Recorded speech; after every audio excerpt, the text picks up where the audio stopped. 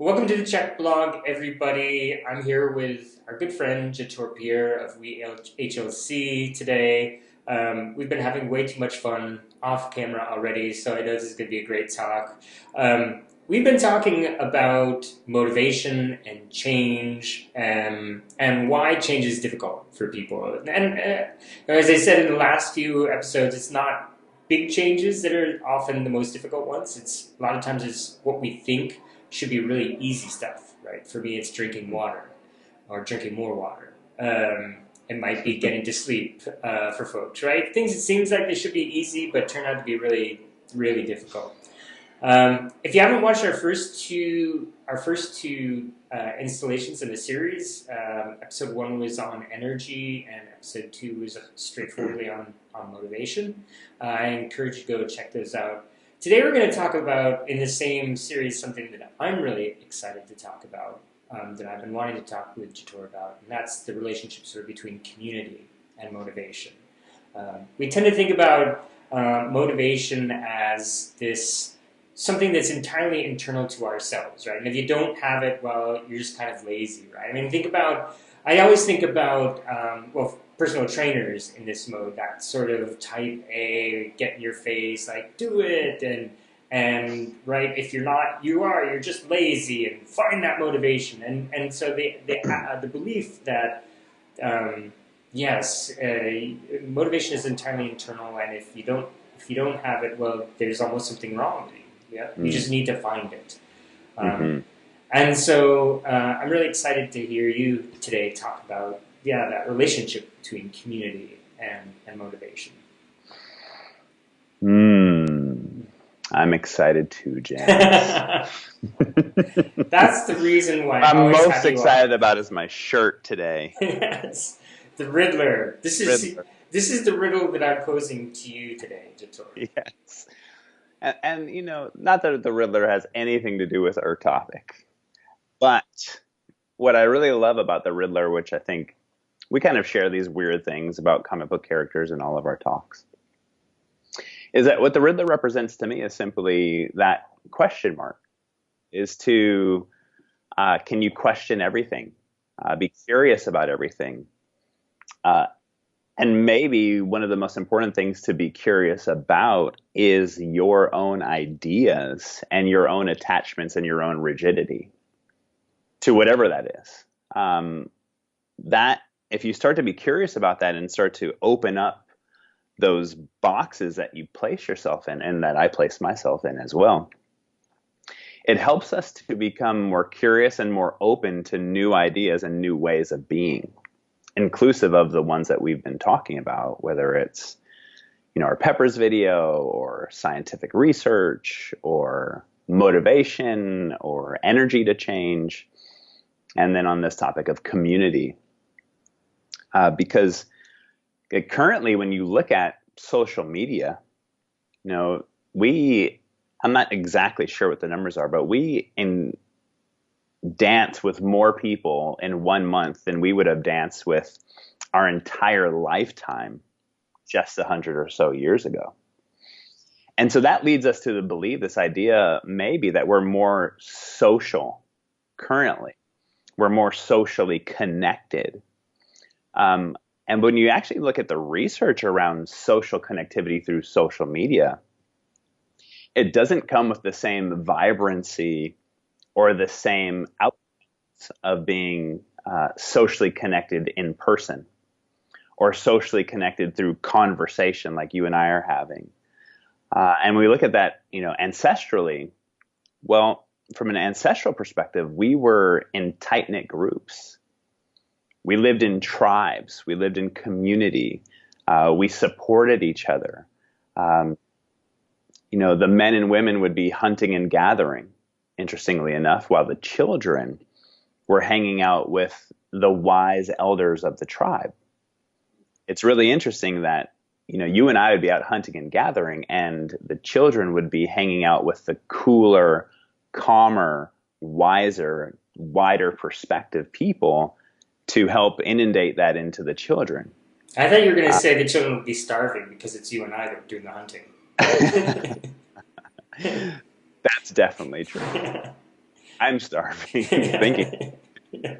Yeah. Um, so yeah, this idea of community and then social isolation, which is interesting, is that we become more social through the computer or posting or leaving messages for each other. That has the perspective of being social, but it's not social in the same context of human connection, touch, seeing each other, interacting, communication, etc. And all of those things are actually extremely supportive to our change process. When you think about that, we kind of pull back our lens on, what that might represent to us. Well, what does that represent to me, right? Me personally. To have people in my life that share similar values, similar perspectives, it's very soothing to a part of me. Soothing and empowering to a part of me to know that I fit in somewhere. That perspective is pretty interesting because fitting in is something that our ego desires, to be part of something, to be accepted, to be acknowledged, to be validated.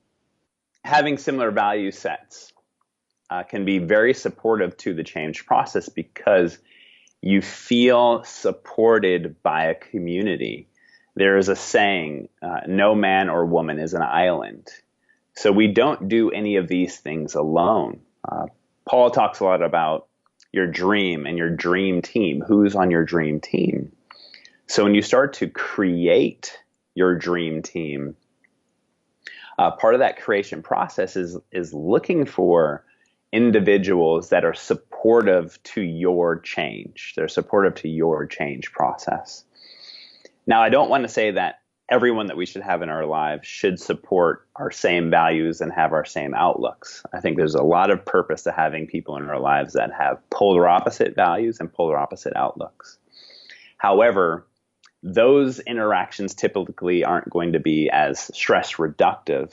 So having people have your similar values, same community, can be helpful to supporting you in your change process by basically propping you up.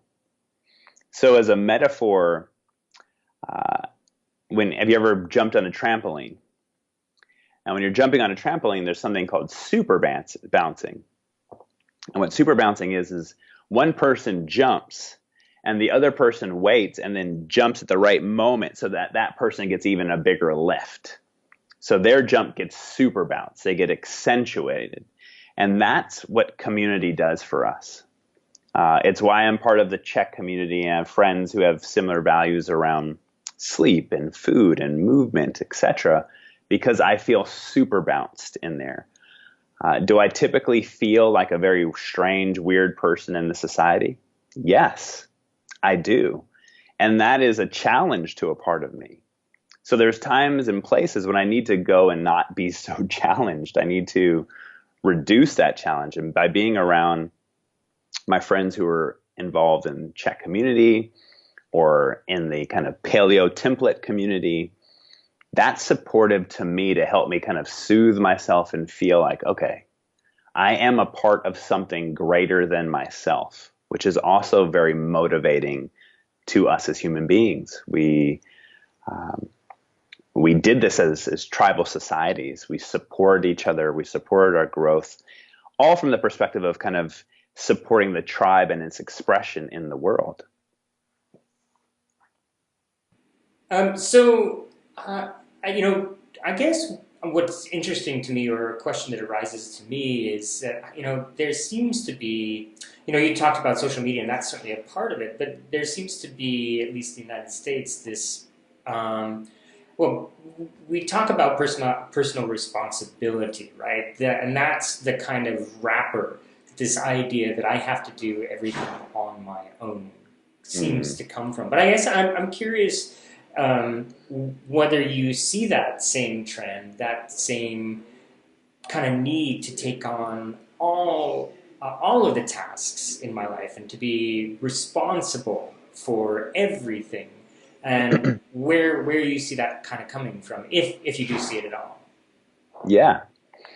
I think that's a really interesting question, the idea of self-responsibility. I think many of us who get into mental and emotional work or spiritual work hear this idea of being self-responsible. You're responsible for how you feel. You're responsible for your perspectives, your perceptions. And that for me is beautiful.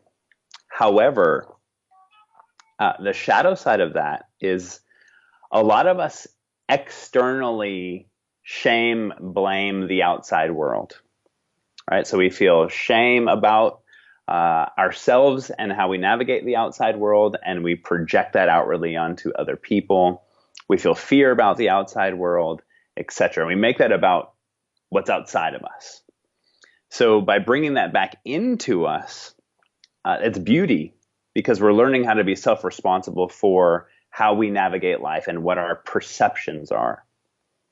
The shadow side of that, though, is that if you are externalizing shame, blame, guilt, etc. to the outside world, and you start to learn this idea of self-responsibility, but you're not maybe working with somebody or learning how to navigate that in a functional way, what you'll do is you'll start to take that shame, blame, guilt, criticism, etc., and instead of projecting it so much outwardly, as you become more self-responsible, you'll start to project that inwardly.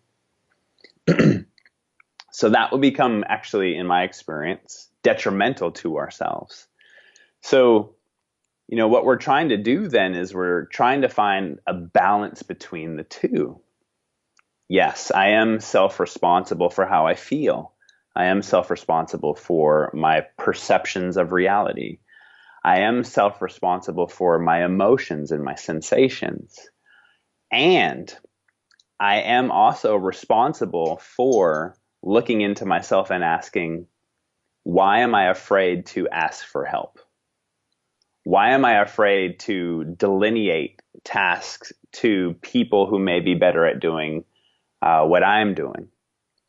Why do I feel a need to control every aspect of my change process, of my business, of my perspectives? Why am I afraid to connect with other people who may share other perspectives with me, other angles, and or be able to help me through my own change process? And that for me kind of boils down to control dramas. We want to be in full control because, well, it helps us feel safe and secure typically. And a lot of control comes with arrogance. No one else can do it as good as I can do it. And for me, what I've learned through my process of learning self-responsibility and learning about community and my own change process is that I've come to the realization that I'm really good at about 5 things. Excellent at those 5 things. And then there's about 500 things that I could get good at, but I have no real desire to become passionate about getting good at those things.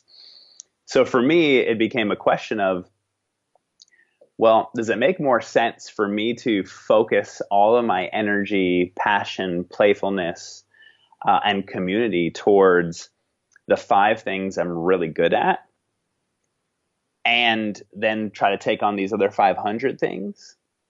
Or does it make more sense for me to find people that I'm in synergy with to work with me on these other 500 things that can then support my dream, my purpose, my legacy, my process, my change, etc. So it's why, for me, one of the signs of an excellent coach is that they have a coach. I have a mental and emotional coach. I have a dream coach, and sometimes I have a physical coach, and I have an ice hockey coach as well. So I know there's things for me to learn through other perspectives that can be helpful to my process and help me get better, help me navigate life in a different way, help me be maybe more successful, whatever that means to each of us. But creating my own community of people that I trust and value and respect is helpful to my change process and helpful to me Um, Also, not creating the story that I can do this all alone. I don't need to do it all alone, James. And we don't need to do it all alone. It's, as an example, doing these videos with you. You're better at these questions. You're better at editing, and you're better at jumping on and doing this, all the stuff that you do in the background that I don't, one, want to know how to do, and two, I'm not going to do it. So we work together, and we both bring our gifts to this plate, and then we get to share our gifts uh, uh, in a community fashion with the rest of the world. Yeah, and as you're so many things popping up into my head as you're talking, but one of the things was for those people who feel like having control of everything makes you safer, right, and more secure. In a way, seems a bit illusory or counterproductive, right? Because the more that you take on, the more you have to do, the less energy you have to give to everything. So the less well it gets done, right? So there's this need to control out of a feel of safety and security, but in the end, that safety and security has to feel kind of shaky at best because you're not getting anything done in the ways that they might get done if you just handed it off to somebody else, like you were saying, who's passionate about it or has the time to do it, even, right? But the other thing that I was thinking, I'm glad that we often talk about the ancestral lens, and this is one of those cases where I think it's really valuable because if you believe in this story of evolution, the science of evolution, right, evolutionary biology, the basic unit for human beings way back in the day wasn't the family unit, right? It was, as you're saying, it was a tribe, right? Mm. So it was never just mom and dad and kids all alone against the world, right? It was a community of people who were working together, and as you said, relying on one another, having skills that they could share and work together to survive. And this idea that we have to kind of go it alone, and not just that we have to, but people who do it are really, they're the heroes in our society, right? People who we perceive as having done all of this on their own. It just sort of seems to run contrary to our being, to the way that we were shaped. 100% agree. And if you do buy into the science around evolution and evolutionary biology, when you look at that, from a survival perspective, everything that we did was based on what's going to help the species thrive and survive. You look at any species, everything across the board, things don't happen by accident in nature. Everything is based on what's going to help us survive and thrive better and longer so we can proliferate. And tribe is one of those aspects that helped us navigate terrain that would kill most of us today, so that we could get to this place. And, part of it, this control drama, is allowing yourself the sense of humbleness, humbling yourself that you can't do it all, and that's okay. For me, humbleness and humility are a little different. Humbleness comes with respect, and humility comes with a sense of shame and fear. And for me, I'm working on being humble enough to ask for help from people that I respect and I think are excellent at what they do, to help me support my change process, whatever that change is.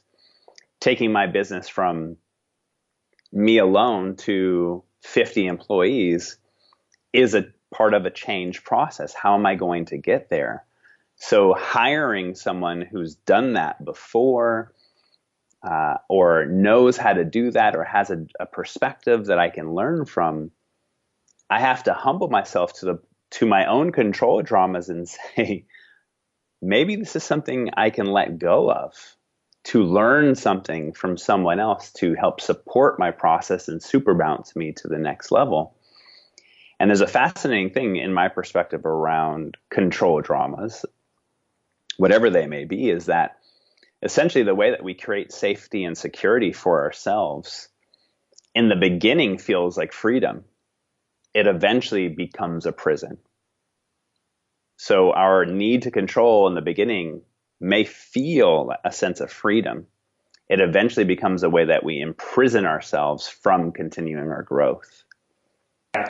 Yeah, I was, I think again from that ancestral point of view too, that everything in a way that's evolutionarily special about humans, right, is above the neck, Mm. right? I mean, it's our big brains and our community, and otherwise, I mean, pound for pound, we're not particularly strong relative to the rest of the animal kingdom. We can't blend in with our surroundings. We don't have armored Mm. shells. We're not, this stuff isn't really what's special. It's that community in our brains, and to sort of cut ourselves off from community in a way is to sort of remove what's special and sort of what we have going for us in a way.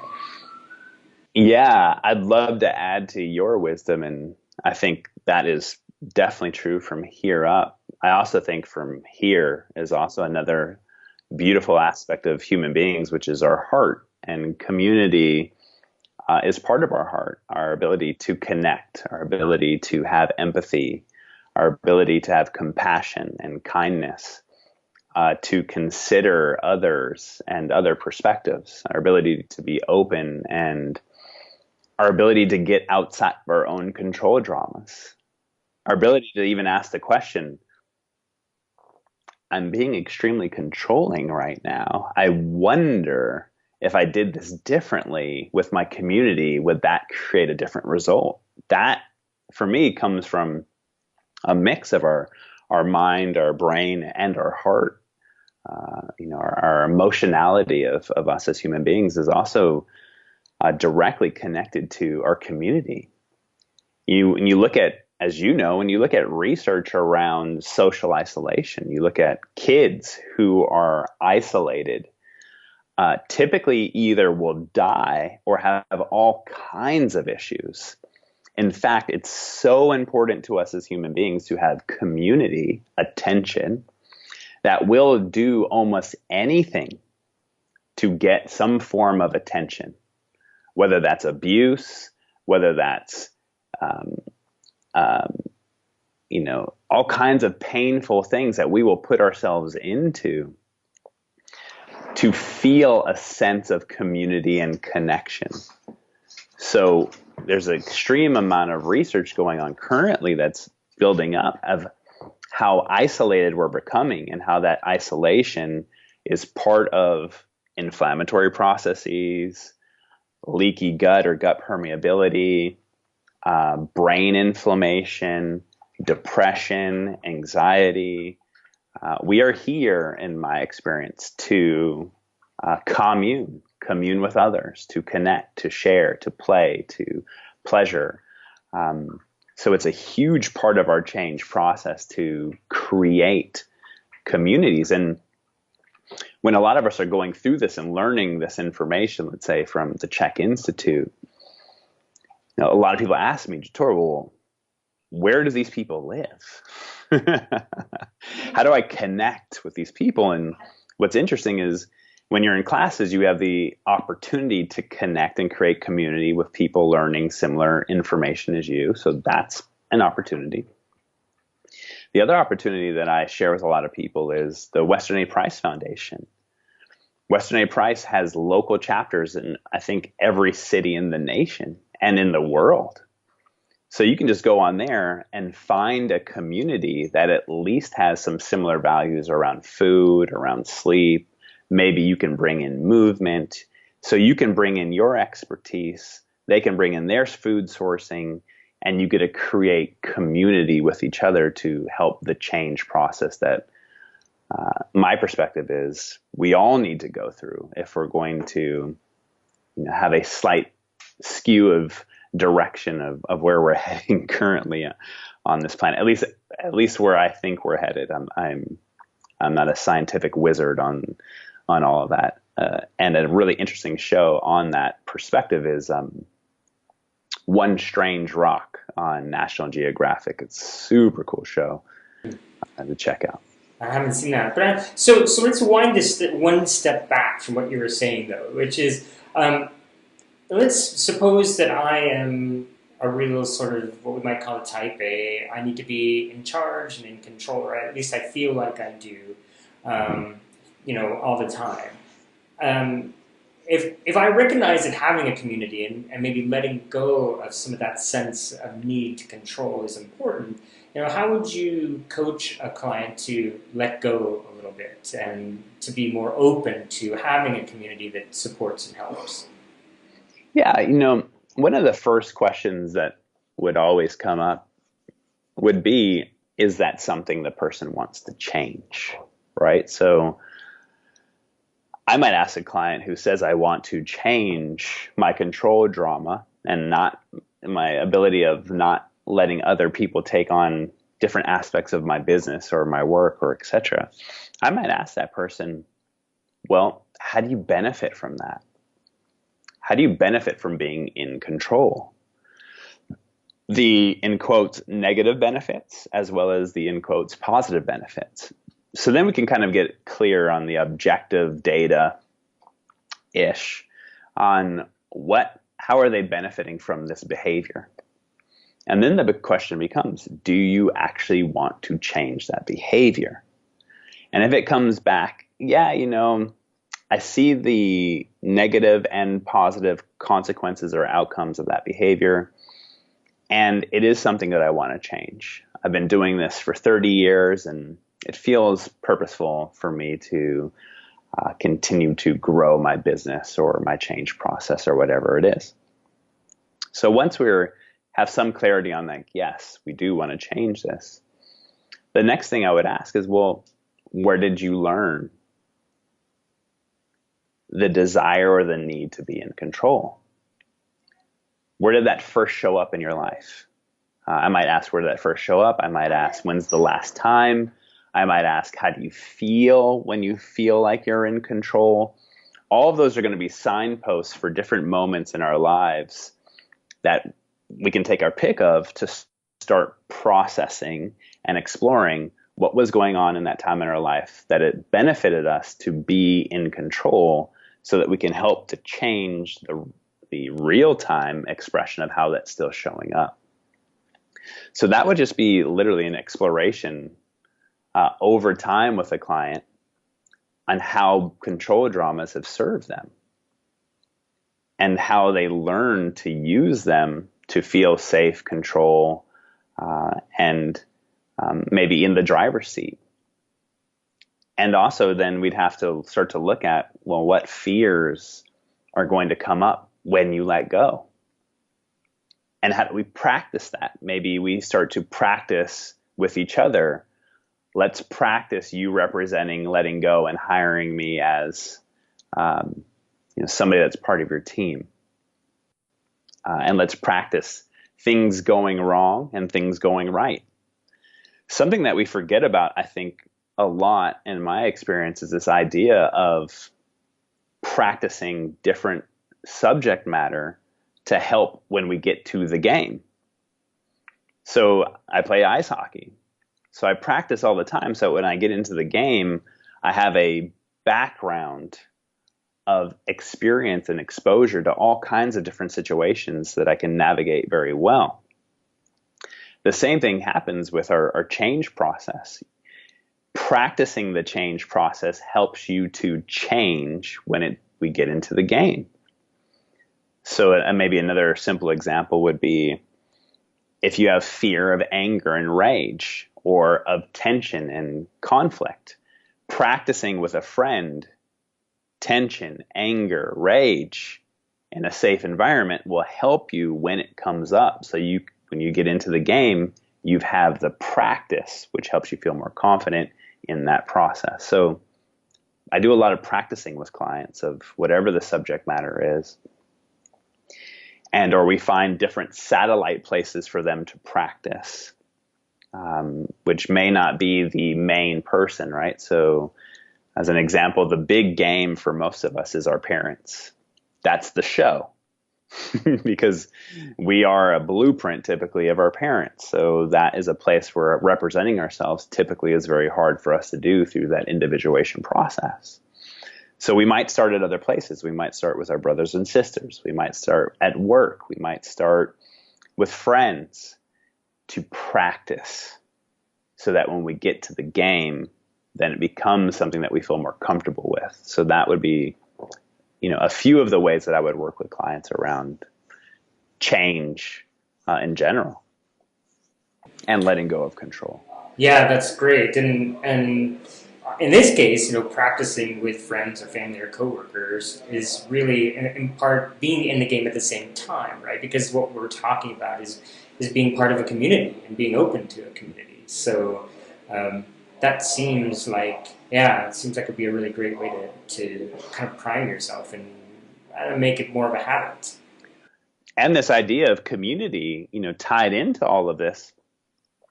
I literally have clients right now who are in the 18 to 23-year-old range who have anxiety, fear, and shame around even talking on the phone because their practice of community is text, posting, social media. They don't have a lot of practice interacting.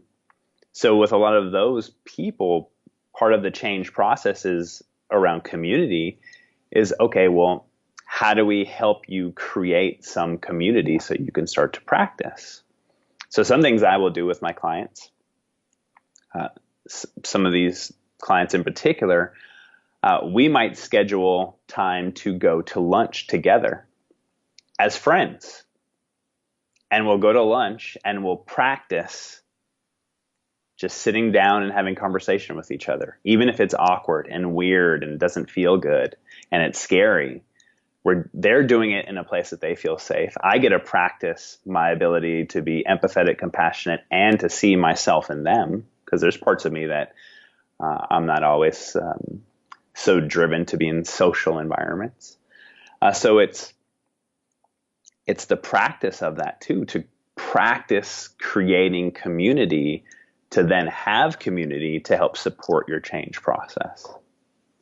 Yeah, and that's great. And that situation is a nice situation to do it in, because there aren't really any other sort of pressing matters. But we were talking about loneliness earlier in the literature on loneliness, and one of the things that it reveals is that you can be completely lonely in a room full of people, right? That Yes. community requires some kind of reciprocity, right? And a deep kind of well, I don't know if it's deep, but this idea that there's give and take in the moment, give and take in the relationship. And so even if it's just sitting down at lunch and asking how the person's doing and having some sort of conversation where you're present with them and there's a back and forth, creates that sense of reciprocity and mutual involvement in a way that a text or Instagram or Facebook or whatever they don't really do. They're not a real replacement for that.